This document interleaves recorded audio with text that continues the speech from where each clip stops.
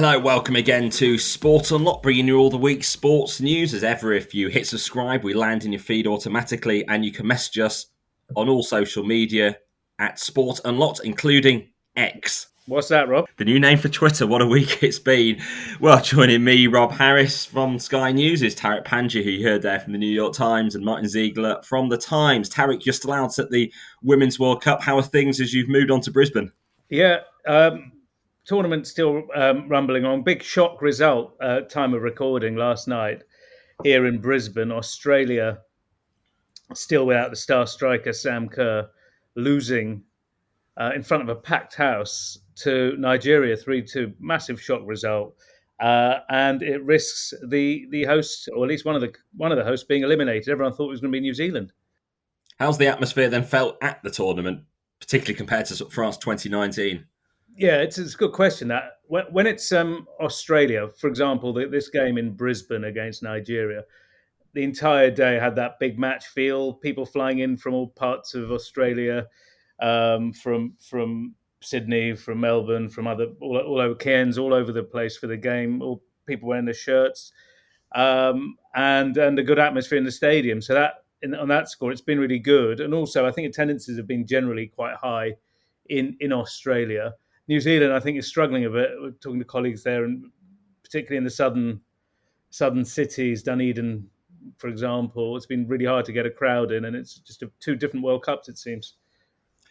Well, get into a bit more of the Women's World Cup in a bit. Martyn, how's your week been? Yeah, quite interesting. Met Professor James Calder, who people sort of from a news point of view, he was in the news a couple of years ago because he was the chairman of the committee which was in charge of the return of sport from the COVID pandemic. But he's also a top orthopaedic surgeon. Talked to him about operating on Johnny Bairstow's ankle. But he's also among his patients, and I think he was flown out to Qatar to operate on Neymar in March. And he has also treated in the past Michael Jackson and Daniel Craig. So, yeah, he's got a list of stars at his door. But, yeah, very interesting speaking to him. You've had a recent buttock problem yourself, Ziggs, with the muscle there in your glute. Did you have a chat with him about that? Wrong part of the body. But anyway, I'm glad to report that the gluteus is back to Maximus. For me, I was at the Ashes, and really what a disappointing way to settle any sporting contest. For those not fully following, because of rain, all day on the fifth and final day of the fourth test between England and Australia, it meant England couldn't do enough to complete what surely would have been a victory. It would have levelled the series and they would have gone into the fifth test as a decider. But instead, such as the oddity, one of these quirks of cricket, even if it's a 2-2 draw to end the series from the fifth deciding test, it will be Australia who do retain the Ashes urn. So, yeah, pretty disappointing way. And the debate is over. Why not build in some extra days, rest days, potentially reserve days to be able to complete the test if there is rain, and hoping it will be dry? Yeah, the ECB chairman, Richard Thompson, referred to that, didn't he, this week? He says there needs to be a conversation about reserve days with the International Cricket Council. I suppose that it's a bit like football, isn't it? The cricket fixture calendar is already really rammed.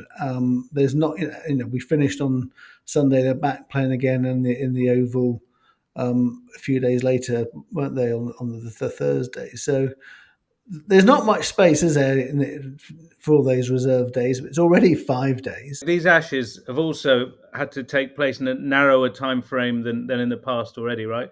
Because of the short. In the not that long ago, the teams would come and have some warm-up games, for example, and even between tests would play against counties as well. They'd be here for longer to play the Ashes series, but now it's been sort of squeezed into this ever tiny window, so there is very little room. You're mentioning, short form of cricket and other things. Where would these rest days go? And so it's that pressure of new cricket, isn't it? It is, particularly when the ECB is pushing the 100 as this new competition. It wants to have that August window and you have to have 3 days between test matches. So they've secured the absolute minimum between the fourth and fifth tests. And they did have a reserve day when the World Test Championships were held in England at Lords. What was that, in June? And Australia won that event. But the thing is, if you have reserve days, you also have to reserve security, catering staff, so there's additional costs. So actually your profit margins come into this as well. So you're thinking, actually, do you want to add those reserve days and maximise the chance of victory, or keep it at 5 days? But one thing at the back of the mind always was, if it worked in England's favour, there wouldn't quite be this outrage and debate. No, that's true. And the other thing is, actually, especially the way England are playing at the moment, it's very unusual for it to go to a fifth day anyway. So you can actually say the fifth day is a reserve day effectively. So, but you're right. Once money comes into it, I think I think that's the end of the conversation. Funny you should say if the shoe had been on the other foot, Rob. Here in Australia, the newspapers aren't having any of that. I mean, the Australian, for example, on the front page, the headline was "Whinge in the Willows." England spins sob story as wet as Old Trafford outfield. That was one of the headlines, and another one in the Courier: "Dear Ben, you lost!" Exclamation mark. That was it. They're not having any of this here. I think, as we discussed after there was controversy early on in the series about a taking of a wicket, it's good that cricket actually has these debating points. It gets itself on the front pages. We're talking about it on here, particularly if hopefully non-cricket followers listening are actually engaged with the fact that there's a wider discussion. It just gives that little bit of extra edge. Yeah, I think that's what it needs, actually. I was just thinking in terms of being a sort of spectator sport and driving interest. Speaking personally, I mean, I've always quite liked cricket, but I don't think I've been gripped by a series before like I have been by this one. So I think it must be doing something right.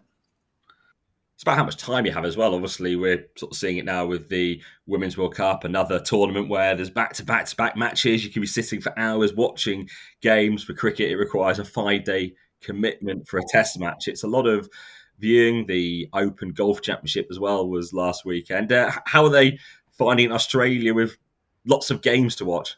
Well, yeah, you might be watching them back to back in the UK, Rob, with it being free to air on the BBC and ITV. But one of the criticisms here, and asking people in Brisbane before the game against Nigeria, and this was a universal criticism, that the games in Australia are not free to air. Channel 7 is the free to air broadcaster, but has only 15 of the games. So has all the Australia games, and we'll have the knockout games, some of the knockout games, and the final. The rest of them are behind a paywall on the Optus network, and that's led to some consternation and some upset here, where with both local organising the way, but also with FIFA, whose state admission is to grow women's football, and games like the Netherlands and the United States, incredible game actually, that one. In the group stage, finished in a draw, was not available unless you've got a subscription. I'm not sure what you guys think of that over there. Well, I mean, I think it's a very short-sighted move, really, because especially for the Women's World Cup, and the whole idea about it is trying to grow the game, isn't it? I mean, I don't think particularly necessarily trying to, if it was the Men's World Cup, trying to grow the game, but certainly the women's, the organisers and FIFA, everybody should be bending over backwards to make sure it's available to be watched in the host country by as many people as possible. Obviously, in Australia, Optus have the rights. They are the broadcaster, the pay TV broadcaster. That puts that year-round commitment into showing things like the Premier League. And in terms of the actual costs, it is $7 Australian a month to be able to watch the sports packages if you're already an Optus customer. So that's just under $5 a month, but it goes up to a bit more, $25 almost Australian dollars a month if you're not an existing Optus customer to be able to watch the Women's World Cup.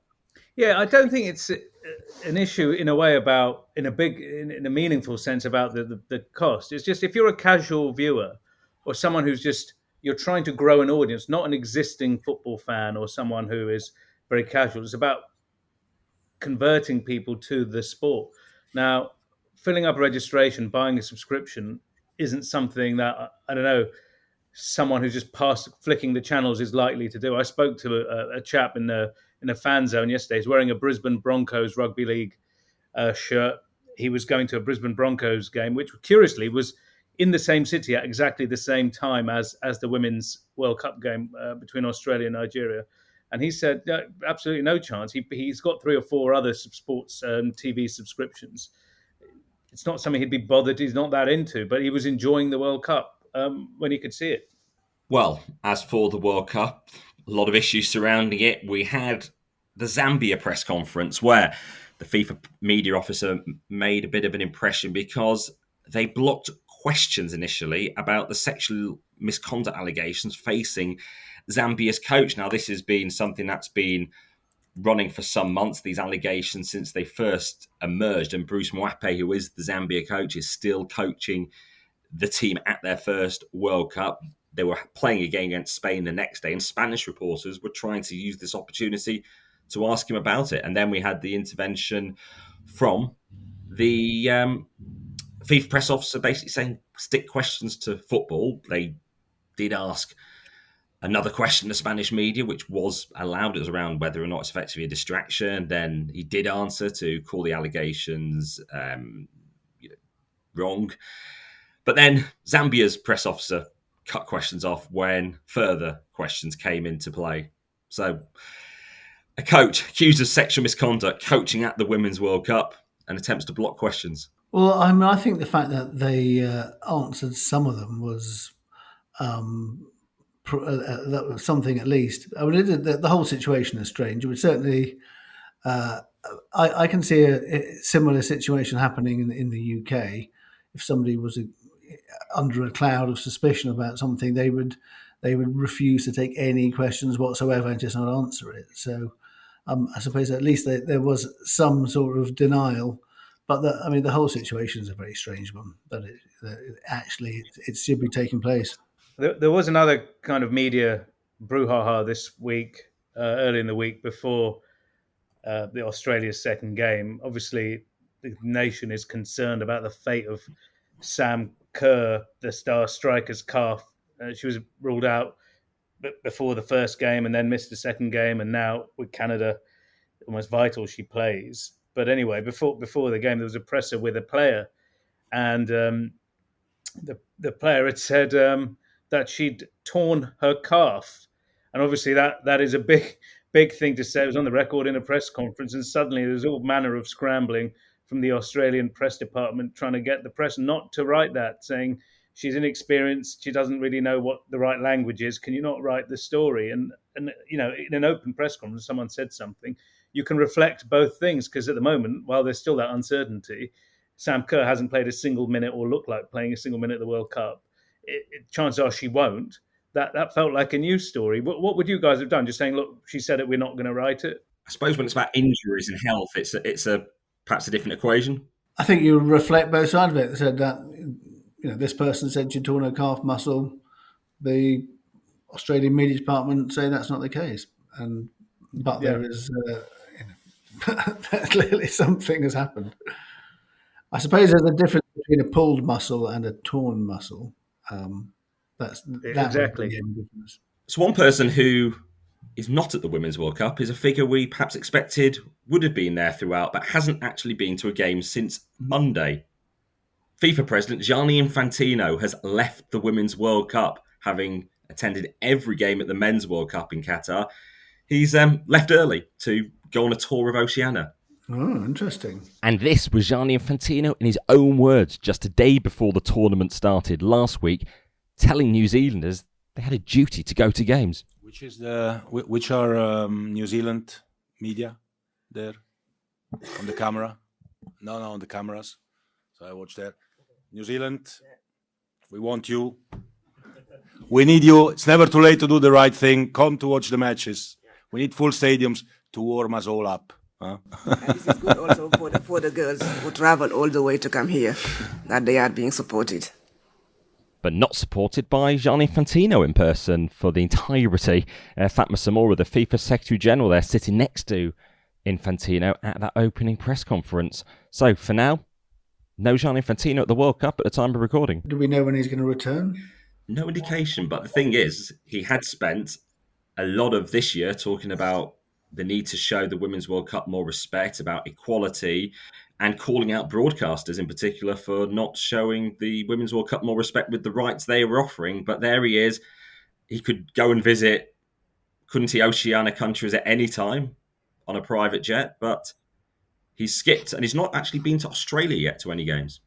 He hasn't. He hadn't been to Australia before the tournament either. I mean, there was a sense that we saw at the one of the England games, I think, in the World Cup in Qatar, when his face appeared on the screen and there was the jeering, and I think Wales as well. There was a sense that parading him around an Australian crowd might elicit some of that same reaction. Rob, is he on holiday, or has he gone to see the various federations? Do you know the nature of the trip? Well, he is at least being pictured in Fiji, making a visit to a federation. I mean, no suggestion he is on holiday. In the past, particularly in the Mideast, he has combined holidays with official trips as well. There was another thing I heard yesterday, actually, while I was here talking to people. There was, other senior FIFA officials aren't here either. There's very, very few really compared to Qatar, which was a magnet for everyone and their extended families. It seemed like the FIFA delegation here is much smaller, or the football family, as it were, inverted commas, is much smaller. And I heard, there's a senior female official from the professional services side who would normally be here, was all over Qatar, instead swapped Australia and New Zealand for Lionel Messi's debut in Miami, which ruffled a few feathers with some of her colleagues at FIFA. So that's Ornella Belia. She's the director of professional football at FIFA. She was at the Inter Miami game, obviously quite notable to be in the US, of course, because of the growth of football there, and it is the 2026 Men's World Cup host. But you say one of the key things on the brief of the professional football division in FIFA is growing the women's professional football side globally. You could, of course, say there is no need for these people to spend their entire time at a tournament like the Women's World Cup, and they should be going around the world. But what you would say is often when it's the Men's World Cup, we see these people there the whole time. That's true. And I do think it's amazing that Gianni Infantino hasn't been to Australia yet. I mean, that's just ridiculous. I would even go further to say it's a bit of a snub, I think, to the Australians, because if he has time to go on trips to Oceania, but he's not even been to one of the co-hosts during the tournament, I just think it's remarkable. Yeah, in Qatar, he said it was a privilege and pleasure to attend all the games in the group stage. So, and obviously went on to feature at the entire tournament by switching between games, and distances did allow that. Well, you remember those helicopters as well over Qatar over those games for some of the V. I can't remember how many Vs there were in the end for the top VIPs, but there were helicopters as well available to move around Qatar. Obviously, this region is much bigger, but yeah, he attended every game. Well, while we're on the subject of football, we touched on it last week, so just an update on Jordan Henderson to Saudi Arabia. The Liverpool captain has now left Anfield. He has joined Al Ettifaq, linking up with his former Liverpool teammate Steven Gerrard. And I think of all the transfers to Saudi Arabia, this is the one that has sparked the biggest backlash because of Henderson's own words. Obviously, any player is free to choose to go to Saudi Arabia, but probably none of the players who've moved there have actually occupied such a sort of moral high ground, have they, on issues like LGBTQ rights and human rights in particular? No, and I thought that significantly the picture of him wearing a rainbow armband when the Saudi club published it, they did it in black and white, so it was grey. You couldn't see the rainbow armband. I mean, which I think speaks volumes. And I think Thomas Hitzelsberger, who you've met in Australia, Tariq, he was quite outspoken about it too. I think he said something like, Henderson's brand is dead. Well, no, it's not saying his brand is dead. It was like he raised the question. And I think it's a fair one. This is what he said. So Jordan Henderson finally gets his move and it's the Saudi Arabian flag. Fair play to him. He can play wherever he wants to play. Curious to know, though, how the new brand JH will look like. The old one is dead. I did believe for a while that his support for, and it's a rainbow flag community, would be genuine. Silly me. So what he's basically saying is Jordan Henderson built his brand around being a social, I guess, an ambassador for the social cause that is the LGBTQ community, and now he's moved there. He's going to have to move on. And the idea that it was all just to build his own image and it wasn't sincere. And the thing is, it worries you that if now this has happened, the next time players take a stand on any issue or whatever the cause is, will the public be thinking, well, hang on, do they really mean this, or is it to look good in order to get kudos and new sponsors and to get increase their own brand value? Yeah, it is a sort of fairly easy thing to sort of promote yourself as being a sort of defender of human rights, but you need to walk the walk as well as talk the talk. Kylian Mbappe, that seemed to be more big news related to Saudi Arabia. That kept a few people busy this week. I think I was talking to you at the time that broke. Yeah, we had this 300 million euro bid from Al Hilal, didn't we, to Paris Saint-Germain? And it was a curious one because often when a bid comes in for a player, there's an expectation the player is encouraging it in some way. Then it's the sort of trigger for the next step of negotiations. But certainly when that bid came into PSG, there was no indications. Mbappe actually does want to go to Saudi. And then they keep saying actually he doesn't, with PSG expecting he does want to go to Real Madrid. Of course, he left on his PSG contract. So Saudi snubbed by the man with the Qatari club for now. He's one person who's already rich enough that he doesn't need to worry. Even the fabulous riches on offer then. But what do you think about the whole thing about Mbappe and his contract and his dealings? So Jonas Hoffman from FIFA Pro has been on this pod before. He made the point this week that actually he's within his rights. He doesn't. Why should he have to sort of do a new deal or negotiate with PSG? He's done his contract. He's every right to see out the year. That's what contracts are for. And yet PSG are trying to sort of, suggest that somehow they're being hard done by. Yeah, I think that's right. I think, it's the terms of the contract are quite clear that he can walk away for a free on a free transfer. Well, not really free transfers. He got 120 million odd when he signed his new contract with PSG. There is a sense that he's got an equivalent signing on bonus of some kind should he sign for Real Madrid. But you're right. I mean, he can leave on a free. But the weird, there's so many curious things here. When we interviewed him in New York last summer, he actually said it would have been wrong to leave on a free. On the record in an interview, he said that. So maybe, it's nothing to do with his legal position, but it's just it's funny how the various actors are changing their position, guys. And also, Al Hilal bidding 300 million for a player who's probably available for half of that is also quite strange in all of this. I mean, what's the point of that? Well, I mean, they're going to have to bid very high to get him, but the suggestion is he would go even for a year. I mean, it's crazy amounts of money. I mean, you can see from PSG's point of view, they've had him for 7 years, paid him incredibly well. I suppose they would want to sell him, wouldn't they, this summer? So I suppose it's the fact that I think it happens quite often, doesn't it? A player desperate not to go because he wants to sort of cash in on a free transfer and a club wanting to sell him.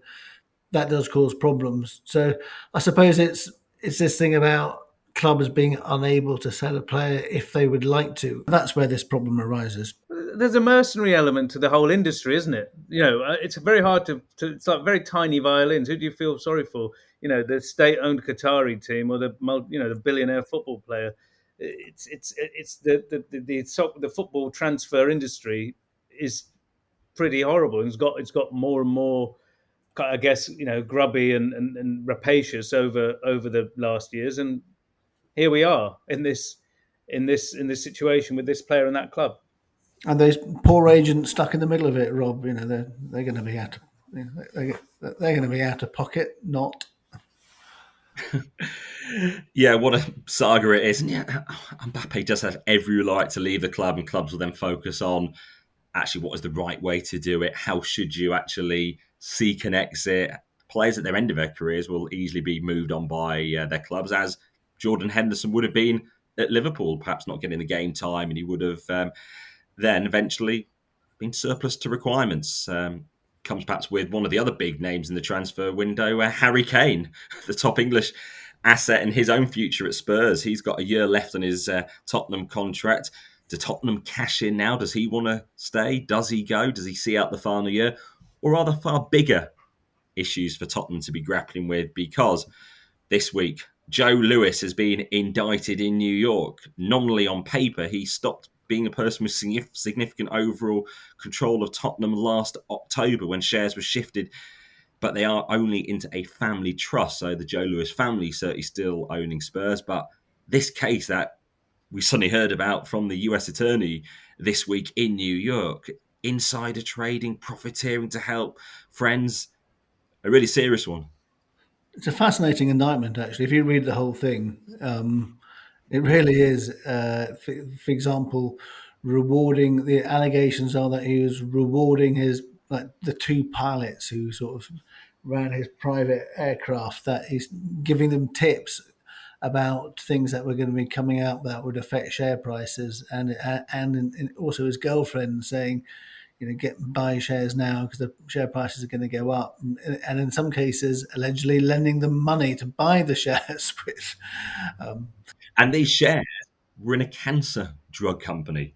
It was allegedly him having advanced sight of favourable cancer drug trials that hadn't been published yet, and allegedly advising the purchase of shares in the company ahead of the public release, when the shares then shot up 17% in a day. Well, I mean, as I say, the indictment is amazing. It may take some time to come to court, but I think it's going to be a really interesting one. And I presume, but it's difficult to know, that the change of the terms of the ownership and the establishment of the family trust being in charge took place a year ago. These alleged offences are between 2013 and 2021. So it's not beyond the bounds of possibility he knew he was under investigation, and that's maybe why the change happened. Also, he's 86 years old, so some necessary succession planning too. Yeah, maybe. But curious timing, Ziegs, with maybe some housekeeping and knowing which direction this stuff is going in. But I want to ask you both the question. So you've got that stuff that's done on paper. I'm reading every day. We've just talked about Joe Lewis, the owner of Tottenham. Regardless of the paperwork, we see it every day. It's been indicted, has been charged. Joe Lewis, the owner of Tottenham, says Harry Kane must be sold. Even afterwards, all week we've been seeing the owner of Tottenham, despite these company's house changes and the trust and all the rest of it. Now, cast your mind back to Roman Abramovich and Chelsea. The Premier League, after he got sanctioned, banned him from being a director of a Premier League club, meaning he could never own a team in England again. And I did ask him, well, hang on, what's the point? Why have you done that? So, well, because he's effectively persona non grata. Now, if you look at the owners and directors test, if Joe Lewis, if he is convicted of the charges he faces, he would also be a persona non grata as far as the Premier League owners and directors test is concerned. Yet, it looks like Tottenham could remain in the hands of his family or that trust, despite the fact that we keep saying Joe Lewis is the owner of Tottenham. How does that look for the Premier League? Well, above all, at no point, as far as I'm aware of, in the last many months have Tottenham done anything to try to correct people referring to Joe Lewis as the owner, because this week did start with some reports about supposed conversations between Joe Lewis and Daniel Levy about Harry Kane's future. Right. As we know, organisations often send out blanket media messages. This is wrong. You referred to things wrongly. I mean, maybe that was sent out. I'm not aware of anything. But, imagine if we started to refer to the owner of Tottenham being Jeff Bezos suddenly, and is clearly not the owner. Someone would say so, wouldn't they? Yeah, you're dead right. Suddenly, only after these charges, Rob, and again, it was through third parties, not on the record stuff as well to try and correct this idea that been wrong for a year. The public has been unaware of for a year or so, that all these headlines referring to Joe Lewis as the owner of Tottenham have been incorrect. Only after the charges are filed, only after the indictment is unsealed. Well, Joe Lewis does deny wrongdoing. His lawyer says he is a man of integrity and they're going to fight these charges. He's saying he's not guilty of them. This case will be going on, we expect, for some time. Well, away from the world of football, it's now just under 1 year until the Paris Olympics this week, marked by the IOC president Thomas Bach officially inviting the nations of the world to the Olympics. So much of the build-up has been around participation of Russians and Belarusians at the games. They, at this stage, can compete as neutrals, it will seem, and maybe Ukraine is shifting their position to allow Ukrainians to compete against neutral Russian and Belarusian athletes. Yeah, it's still a big issue. And the UCI's International Cycling Union this week sent an angry letter to the British government saying that their hardline policy on Russian athletes is it will damage their chances of hosting cycling events for years to come. So it's still a sort of political issue. But there's other Olympic news this week I thought was really fascinating with the guy who was sort of seen as the kingmaker for many years. He seemed to be the power behind the throne that got Thomas Bach elected to the IOC presidency, and has also been very, very influential in other things. For example, getting wrestling reinstated after it was dropped in 2013. And that's Sheikh Hamad from Kuwait, who now, despite the fact that he's got a criminal conviction in Switzerland, which he's fighting, has been an IOC member, but has finally, the IOC have taken some disciplinary action against him. Sheikh Ahmed linked, as you said, to Thomas Bach in that election victory in 2013. You mentioned wrestling, but also with Tokyo getting the Olympics, it was seen as a treble victory for him. We were there, Ziegs, in Buenos Aires in 2013, and he was the man who was fated, the man who everyone wanted to talk to around the IOC Congress then. And for years, he's been seen as a shadowy figure in the world of sports. He was linked to a major bribery and corruption case in a US indictment some years ago related to bribes paid to a football official from Guam. He's described as an unindicted co-conspirator in that case. He self-suspended himself from the IOC as a result of not only that, but that forgery case that you mentioned, which he's appealing. And the IOC had sent a letter to him and to the OCA to say, do not interfere with the OCA elections. And that's exactly what he appears to have done. He was there in Bangkok around the elections, campaigning for his brother to become president, another Sheikh Al Sabah. And that is exactly what's happened. And the IOC has taken action, suspending him for 3 years now, and declaring that his brother does not recognize his brother as the OCA president. The IOC shown here, they are getting tough in an area some would often challenge on how rigorous they are around ethics. Yeah, this is Sheikh Ahmad now been suspended for 3 years. The Olympic Council of Asia election was where his brother, who's also Kuwaiti, obviously, was up against Hussein Al-Musalam, the FINA president, another Kuwaiti, and it sounds like it was decided by yet another Kuwaiti weighing in. So the one thing that was for sure was that somebody from Kuwait was going to be in charge. Ziegs, there is something curious here as well. Are you saying that co-conspirator number 2 in the US indictment tried to prevent co-conspirator number 3 from being elected and succeeded? Because Hussein al-Musalam is also named in that, and is an unnamed co-conspirator in that US indictment we referenced. What a world of FINA and the OCA is.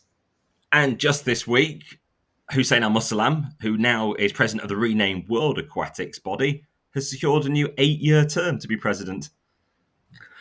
Yeah, that's right. It's the Olympic circle keeps turning. Yes, Hussein Al-Muslim was for a long time the sort of loyal attendant of Sheikh Ahmad. I think things have changed slightly in recent years. Since he became the FINA president, he's sort of shifted away from that. And I think that the sign that he was running against his brother was the final sort of signal that actually they've sort of parted or gone separate ways, at least. Both Sheikh Ahmed and Hussein Al-Muslim would deny wrongdoing. On World Aquatics, something very intriguing at their meeting in Fukushima, Japan at the World Championships. They're going to move their headquarters, World Aquatics, the new name for FINA. They're leaving Switzerland and they're going to Hungary. Not just that, the Hungarian government has given them a 15-year rent-free deal to move the headquarters there, and they've been given legal protection. So they will have immunity for all officials and activities and documentation, as well as tax benefits provided by the Hungarian government. Why are they so keen for World Aquatics to be based there? Well, the Hungarian president has been using sport as a major platform over a number of years, whether it's football and now you see there is swimming. But the thing this reminds me of, guys, is what the South American football body CONMEBOL, the arrangement it had with Paraguay for many years, up until the FIFA scandal of 2015, which many people, I suppose, quite rightly say was a South American scandal. The embezzlement, corruption charges, decades of bribe paying related to TV rights, mainly around these South American officials. They got similar immunity. They pretty much built a small country within Paraguay and in a suburb called Luque. And there was a plaque at the headquarters there of all the people, a stone with the names of all the people who were there when it was when they built this annex, this hotel. And if you look at that plaque now, I think all but one of those men were named in the US indictment for corruption. Let's hope, for swimming's sake, that a similar fate doesn't befall them. Because neither Sheikh Ahmed or Hussein Al-Muslim have actually been indicted in these states. No. Just they are the co-conspirators in an indictment, but they're not been charged. But just to go back to the moving of the headquarters, I mean, you know, why wouldn't you do it if you're being given rent-free headquarters and tax breaks and financial immunity? I mean, I just wonder if this is going to be the first in a long line of people deciding, or sports governing bodies, international organisations and federations deciding Switzerland is no longer the place to be and there'll be a drift to Hungary. Well, certainly when it comes to organisations like FIFA, even sometimes the IOC as well, they're based in Switzerland, but certainly since the pandemic, they found reasons for media not to be allowed into their HQ, fewer events there, not in-person press conferences, which means it's harder to go and actually ask questions of them. As for World Aquatics, they do say, you know, Al-Muslim told delegates, you don't have to worry about the finances now because they won't have to spend any money on the headquarters. But, you know, these are headquarters that it's important for media to be able to come into to ask the questions. And while we might focus so much on, say, FIFA on this pod, it's those other sports governing bodies that don't get the same level of scrutiny where it is required, isn't it? Yeah, it is. I mean, it's years and years since I've been to Zurich for a FIFA event, because they haven't really had any there. It's when Blatter was in charge, I used to go all the time. You know, probably several times a year. I've not been since 2016, September 2016, to interview one Gianni Infantino, and the time before that was July 2015, and I think it was when we were all inside for the press conference with Sepp Blatter, where a certain person threw some money over him. Yes. Comedian. That was a memorable day. A memorable press conference to end on as our great memories. But that about brings an end to this week's episode of Sport Unlocked. As ever, you can always message us at Sport Unlocked on Twitter, Facebook, and Instagram. And we did have one listener get in contact with us in the last week, making a suggestion. And that was that we perhaps start using the term petro-football to describe some of the wealth coming into the game from the Mideast. Yeah, I thought that was a good term, actually. You know, Qatar, Saudi Arabia, UAE. It's all about petro football. So I'm going to start using that. So any feedback, well received. Tariq, good to hear from you out in Australia again. Martyn, and thank you everyone for listening to. For now, goodbye.